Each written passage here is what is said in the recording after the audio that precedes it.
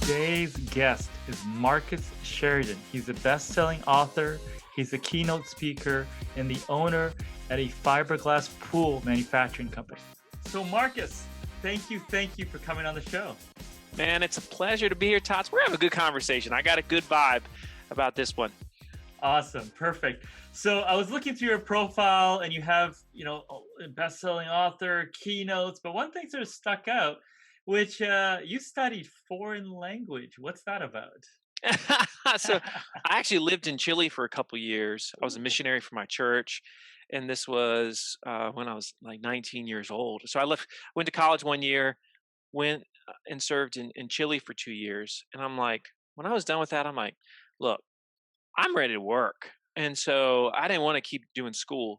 So I said, what's the quickest way to graduate from university? Well, I could take a test, and I already spoke better Spanish than all of my professors that weren't native. And so I like clept out of like 2 years worth of Spanish classes, and then and I ended up graduating essentially on time, even though I took 2 years off school. So that's the reason for it, and I just wanted to get a job, right? And so and that's what's funny is I ended up getting a job, didn't like it, came back to where I grew up. My two buddies had just started a pool company, and then the rest is history, as they say. Awesome. So buddy started a pool company. I mean, is it easy? Were there some hurdles? I mean, Oh my when yeah. goodness, pain, man. I mean, so we started. What's interesting about the river pool story, and river pools, we didn't know. Of course, like most businesses, we didn't know what we were going to be when we grew up. And at first, I thought we were going to be a hot tub company, above ground pool company. We were going to sell chemicals. We're going to all these things. And within about 3 years, it started to become apparent that we weren't going to be all those things. And because it's a typical case of jack of all trades, master of none, right? And once we started to develop a clear focus, we became much, much better, right? And this is actually talked about in the book Good to Great, but we realized we could be the best at fiberglass pools, or at least we thought we could. There was an opportunity, a lane there, if you will. But there was a lot of struggles, man. I mean, I went through embezzlements. I went through, which it turns out that's a big problem, especially for small businesses, right? This is a really big problem.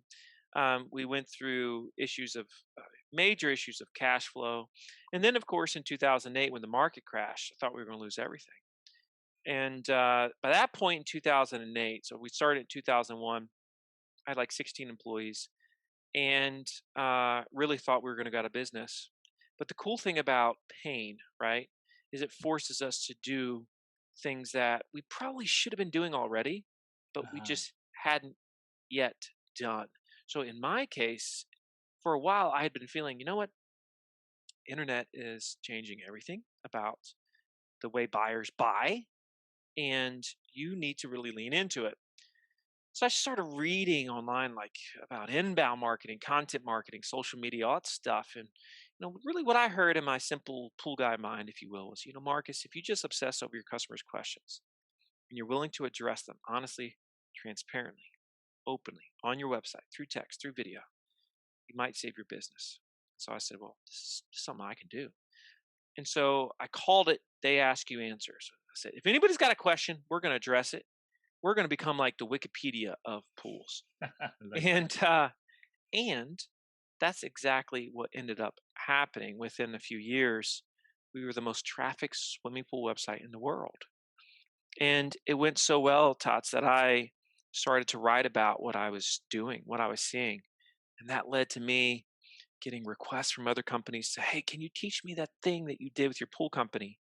And so, of course, today I've got an agency that's got about 70 employees. I speak full time around the world, except during pandemics. And, it's amazing. And we still have the swimming pool company. It's incredibly successful. And there's actually way more to the story, but that was the nutshell of the story. It's been an amazing ride, but it all happened because of this mindset of let's be the best in the world at answering our customers' questions, regardless of whether they be good, bad, or ugly. And that's the key, Tots, is all of them. You can't be selective. I All of them. oh, I love that, and I'm gonna touch on one of the ones that are is a hot button sort of topic that comes to mind for me. But before that, I want to ask you, what are the excuses you hear? Like, Marcus, you're doing all these great things, but that's you, and our business is different. Like, what have you heard? I would argue that this belief of we're different is the biggest killer of business success in the digital age. I mean, it's really rather stunning. You know who's crushing it? It's the companies that realize they're actually not very different. That their buyers are just like other buyers and they're all humans. And once you accept that, you stop looking for excuses as to why it wouldn't work for you. And you stop latching on to the past because the past, although it may have worked well for you, it's not necessarily going to carry you into the next generation of buyers. And that's what we've seen, right? And so this is right. This is the journey that we've been on, and it's crazy because I never said, yeah, but we're special. Yeah, but we're different. If you really look at what, just let's call it, they ask you answer is, it's the willingness to listen and therefore teach so well that you become the most trusted voice in the marketplace. So it's a conversation on trust. And if I said to anybody, is trust fundamental to your business? They'd say, yes. B2B, B2C, service product, big, small, local, national, trust is fundamental to your business. If I said to you, will trust be fundamental to your business in 20 years? You'd say yes. And so what we're talking about is trust. The problem is we say, I don't know about this whole video thing. I don't know about this whole content thing. That's not what we're talking about. We're talking about trust. You talk about putting your prices out there, right? Now, Mm. some people's pricings are tiered and all that stuff. How do you think about that and putting that out there? This is one of those. So when it comes to they ask you answer, there's basically 5 subjects that move the needle in every industry. Again, service product doesn't matter, B2B, B2C. The 5 major subjects that you and I research before we generally ever buy something these days. We want to know how much does it cost. So we want to know about pricing, rates, all that information, what defines value. We want to know what are the negatives or the issues with it. Because guess what? The only time you research what's wrong with something is when you're actually looking to buy it. Mm. Number 3, we love to compare. We love comparisons because we want to feel like we've done our due diligence. Number 4 is we want to see what everybody's saying about it, reviews. Number 5, we want to know what the best is. Think about how many times you've searched online best such and such. So cost, problems, comparisons, reviews, best. Those are the 5. We call them the big 5. They literally run the economy. And what's so fascinating is businesses don't like to talk about these 5 things. And so it creates a paradox. So you've got the buyer who is very interested in the thing. The business doesn't want to talk about the thing. And so that's a problem. But you can't be an ostrich with your head in the sand. So let's talk about the first one, cost and price, to your point, Tats. If you talk to anybody and you say, when you're on a website and you're researching cost and price, you're looking for it and you can't find it, what's your emotion in that moment? Everybody says the same thing, frustration. I get frustrated. You say to them, okay, so in that moment, do you call the company? They'll laugh like, yeah, no, I don't call the company. So in that moment, how long do you stay on the website and just keep looking? We know, we've done the studies on this, on average, it's less than 10 seconds. Because instead of looking on the website further, instead of calling the company, what we do as buyers, as searchers, is we keep searching. Generally, we do that until we find the answer we're looking for. Once again, generally, whoever gives us the answer we're looking for, they're going to get our business. And if not our business, they're going to get first contact, first phone call. And if you talk to anybody and you said, would you rather be first or second contacted? Anybody's going to say that has half a brain. I want to be first. I want to be first contacted. And so that's how we've all evolved. That's how we've evolved. Yet, if you talk to most people and say, yeah, but do you talk about cost and price on your website? They'll say, well, no, you don't understand. Of course I understand. Now, there's 3 major reasons why we don't like to talk about cost and price. These are the excuses we tell ourselves. First one is, well, every job is different and it depends. That's the easiest one to explain. In fact, it's the most important to explain because if you don't explain that, how can they define value? And so part of this is explaining what drives costs up, what keeps costs down, why are some companies expensive, why are some companies cheap. But if you don't do that, the marketplace is ignorant and that's what commoditizes. So this idea of, well, it depends, explain why it depends. Second reason why we don't like to talk about cost and price is we say, well, it'll scare them away. That's actually not true. Based on all buyer psychology and behaviors, we know what scares them away is ignorance. When they can't find answers, when they can't find what they're looking for, that's what scares somebody away. And so if you educate them and tell them clearly why the thing is what it is, that's attractive. If you won't even address it and say call for quote, that's essentially the middle finger of the internet. Ain't going to happen, right?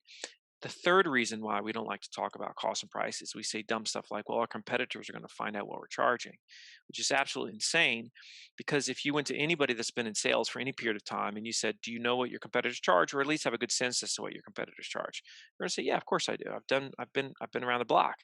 And so if you know what they charge, guess what? They know what you charge. This is a big secret, non-secret. Everybody acts like nobody knows what everybody's charging, when in reality, everybody knows what everybody else is charging. And so you have to ask yourself, when was the last time my competitors paid my bills? They never have. Why would we ever base a decision on trust on what our competitors are or are not doing? Besides, if we're doing that, we're reactive, not proactive. Proactivity wins the day, especially online, right? You set the standards, you create the rules for your industry. Period. Plain and simple, right? And so the thing is, when you're talking about cost and price, it's not about necessarily putting a number on the screen. It is about teaching those major factors, what drives it up and what drives it down.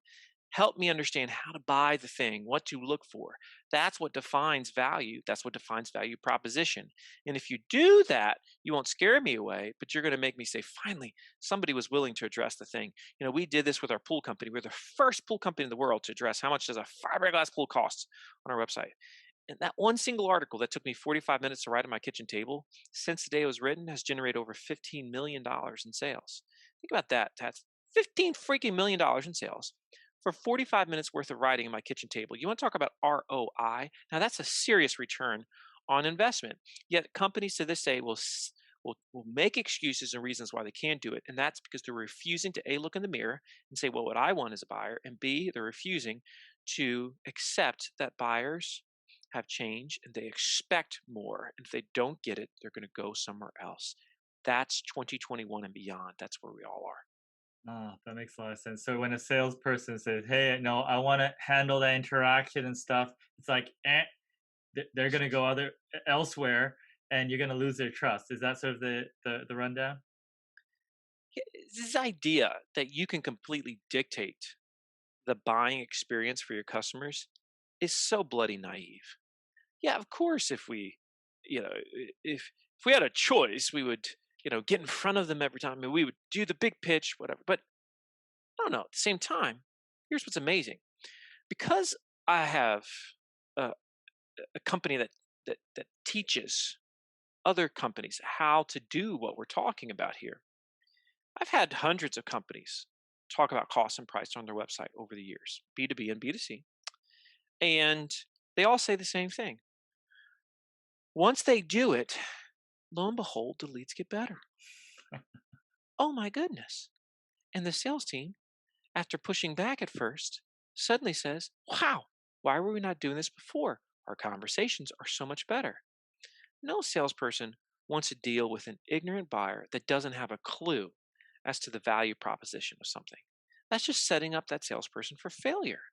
And so if we have the choice and we can teach them and can ensure that the sales call, that initial conversation is a much better experience, why would we not? Right? Why would we not? This is the choice that we have. And so do you want to be the best teacher in the world? Do you want to be that voice of trust in your space or not? That's always the option.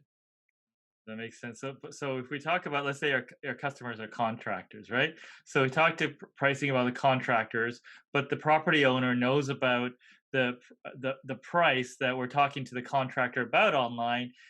In essence, if the contractor runs a transparent business, it should help their business too, correct? I mean, just think about that. Would you appreciate that if you were the buyer? Answer, yes. Yes. And the thing about it is, if you're open and willing to talk about price, it should literally, like if you're more expensive, you should be able to say, are we more expensive? Yes, absolutely. Here's all the reasons why we're more expensive. Now, based on that, which do you align with more so? And then the customer says, oh, wonderful. They're 10% more. Based on this, I'd pay 20% more. Or you can have the other ones that say, I that's not worth the extra 10% to me. I'm going to go elsewhere. Well, guess what? Newsflash, you wouldn't have won that deal anyway. You weren't going to win that customer. So if you weren't going to win the customer, why not be more honest and forthright on the front end? Awesome. Perfect. So I'm going to sort of pivot to your newer book, the visual sale. Now, why did you write that, and what can you do with video that'll just add to that trust and Man, transparency? I mean, this whole video thing is just nuts, isn't it? Everything is becoming about, I want to see it. I want to see it, feel it, touch it, taste it before I buy it. Now, you can't generally touch it, especially in a freaking COVID world, right? You can't go there and see it. You can't touch it. You can't taste it oftentimes. You can't feel it. But the one thing that might help you to achieve that is seeing it, right? And more than ever in the history of the world, today seeing is believing. How many companies say the same thing? We give the best service. It's our people that make us different. Right? These are the things that we hear them say. Well, if everybody is saying it in the marketplace, what does it mean? It's just noise until you show the thing. And so, with my digital sales and marketing company, I said to them about 4 years ago, I said, look, guys, video's the future. It's the future of marketing, it's the future of sales, and we need to teach our customers how to create a culture of video in house. Everybody said to me, "No, that's not how it works, Marcus. They're not going to create their own videos, and they're just going to outsource it, and that's where the money's at, outsourcing, like as an agency." I'm like, "Pfft, I'm calling BS on that. I think there's a market for this." And so since then, we've trained well over 100 companies on how to create this culture in house. Every single one of these companies has an in-house videographer. Like they own their junk. The future of the internet is being able to produce your own content. You will not see exceptional world class case studies by outsourcing your stuff all the time. Now, is there some outsourcing that's always going to happen that is good and valid? Yes. And in fact, when it comes to content or video, I would consider about 80% of it should be done in-house. 20% might need to bring in somebody that's got more skills, right? So you might say, okay, as an organization, let's produce all the videos in terms of educational videos, sales-based videos, all that stuff. And then you do that one amazing video a year and you bring in a production company to help with that. Okay, fine. No problem. So that's my philosophy. That's my opinion. I'm not saying it's right for everybody, but I've got data. And data doesn't tend to lie about these things. And I've seen the companies that have experienced world class growth, and I've seen the ones that have not. Liverpool's the same way, right? I mean, I can remember 2009 producing my first YouTube video. I mean, what a disaster that was. But it was a win because I published it, right? Mm. And of course, we've had millions of views since then. And so the idea that we can ignore video is like having your lounge chair on the beach and the tide's coming up and you know it's coming up and you know you're going to get wet and the waves are going to hit you, but saying to yourself, I just don't think the tide is going to come up today. The tide always comes up and you always get your lounge chair wet unless you get up and you move backwards. That's how it works. So, video is the rising tide. It's undeniable. We're all media companies, whether we like it or not. Think like a media company. You don't need to probably hire another salesperson. You got enough probably in your company right now. Who do you need? A videographer. That costs less than 50% of a salesperson and is going to bring 10x the returns over the next few years because this person is going to increase the closing rates of all the sales team. This person is going to get more qualified leads for said sales team. They're going to change the entire company and they don't cost a ton. Why more companies don't do this is a little bit mind blowing. Now, understand somewhat because, right, you didn't have to worry about it pre-internet. But guys, the internet has been running hardcore for 25 years. 1996, 97 was the year electronic mail became mainstream for businesses, right? Think about that. 96, 97. A whole bunch of businesses pushed back on that at the time. A lot of salespeople pushed back on that at the time. And of course, how'd that work out for them? Not too well. They got left behind or they got on board. And so we are today with video where we were in 96, 97 with email. It is the future of the way that we sell, the way that we show, the way that we market. Everybody needs the ability to do this in house. And I'm not saying you got to become Steven Spielberg, you personally, but you sure as heck better bring somebody in that can facilitate this and make it possible. I'm not an editor. I mean, really, I'm not. But I've brought in people to do that. Now, if I was a solopreneur, an entrepreneur, and it was just me, guess what? I'd have the title of editor as well. Mm, yeah. So yeah, we're a believer. Our videos in house. But I'm curious. I mean, when you approach video, what does your team look like? You mentioned videographer, you mentioned editor, but what's that composition to create So great storytelling and you only content? need, well, I mean, actually only need one thing. You need somebody that is a subject matter expert that can talk to the camera, and Mm, they can be their own videographer, editor. We can all do that, and we've all done that to a certain degree, right? But once you start putting some meat on the bone here, the first thing you want to do, let's say you have a head of marketing in your company. Next position is either you get a videographer or you get a journalist with videographer like skills. mm. So maybe it's somebody with a journalism degree with a minor in mass media. Or you get somebody, depending on the size of your company, you get somebody that's got a journalism degree, and then you get a videographer. That's the best setup. Why? Because the journalist is always the facilitator on camera with your subject matter experts, videographers behind the camera. So then you can just take off. Most of your people are actually good on camera. You don't know it because you haven't put them in a position to be effective on camera. A little bit of training, a little bit of, tips and tricks, you can just do it so much easier. For example, instead of just saying, "Okay, I'm going to record you," and start talking about this thing, that sets them up for failure usually. You say, "Listen, I just want you to talk to such and such here, uh, our content manager, this recent journalist graduate. This person is going to interview you on camera. Talk to them just like you would a customer."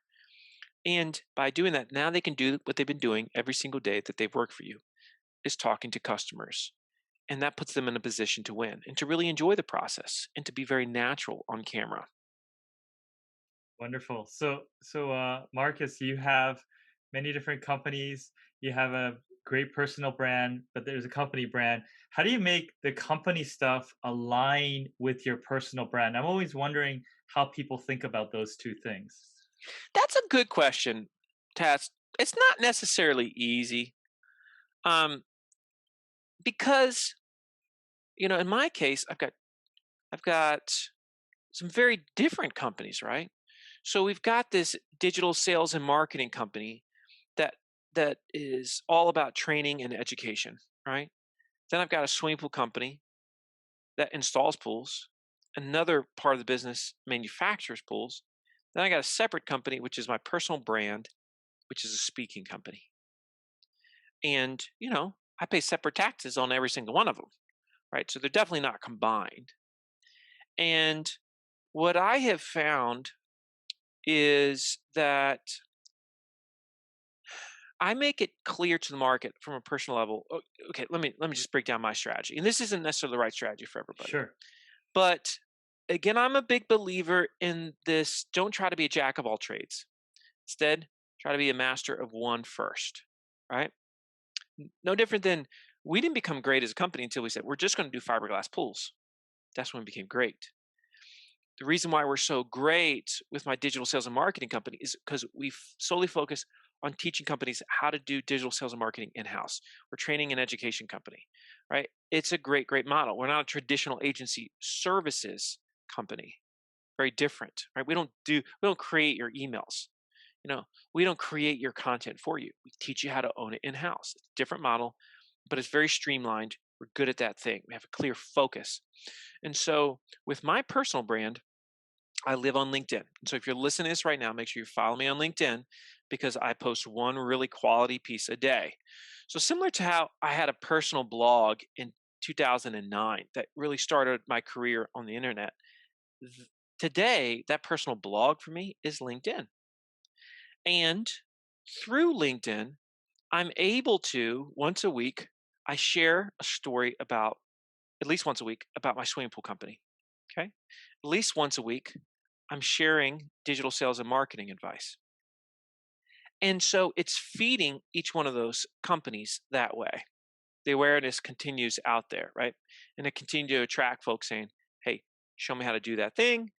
Can you come speak at my event? Whatever that is.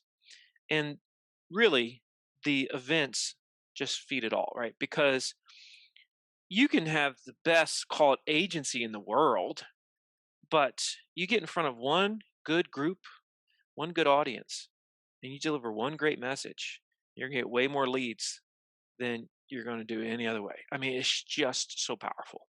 I miss those in-person days, and I look forward to getting back to those.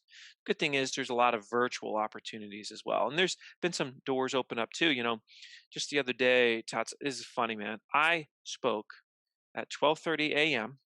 to a group in Asia for 3 hours. Mm. Then I spoke at 4:30 a.m. my time to another group in Australia. And then I spoke to it was 11 a.m. to another group. And then at 1 p.m. I spoke to another group. So I gave 4 talks around the world to large audiences all in the same day. I couldn't do that before. In fact, I couldn't speak in more than maybe 2 places per week because of travel and logistics. So the reach there is really interesting. It's really powerful. And, is the classic phrase, one door closes, another opens, right? And that's how COVID has been really for anybody that's paying attention. I'm not saying it's been easy, and I'm not saying there has been incredible hardship because, we've had our ups and downs. Everybody has. But there's no question there's always opportunities that appear during hardship. I think one of the struggles I see a lot of people making online is that they try to sound smart. And the moment you try to sound smart is the moment you start to look stupid online. You don't need to sound smart. The number one compliment I get over and over again, is you say things in a way that it's easy to understand. And I've always thought to myself that if somebody was listening to me on a stage or video, whatever, and they say, "Man, that guy there, he's a genius," I feel like I failed that person, that audience, because they might not see themselves as a genius. Therefore, it's unattainable. But if they see me and say, "Pff, man, you hear what this guy's saying? Look what he did. It's just so obvious. And if he did it, why can't we do it?" Now, now we've got something. Now we've got something. So again, it's dumb not to dumb it down. The way you impress is by allowing the light bulbs to come on, and then the path will just unfold before you. So if you're listening to this, hopefully somebody is saying to themselves, yeah, I don't need to try to sound smart anymore. I've got a path.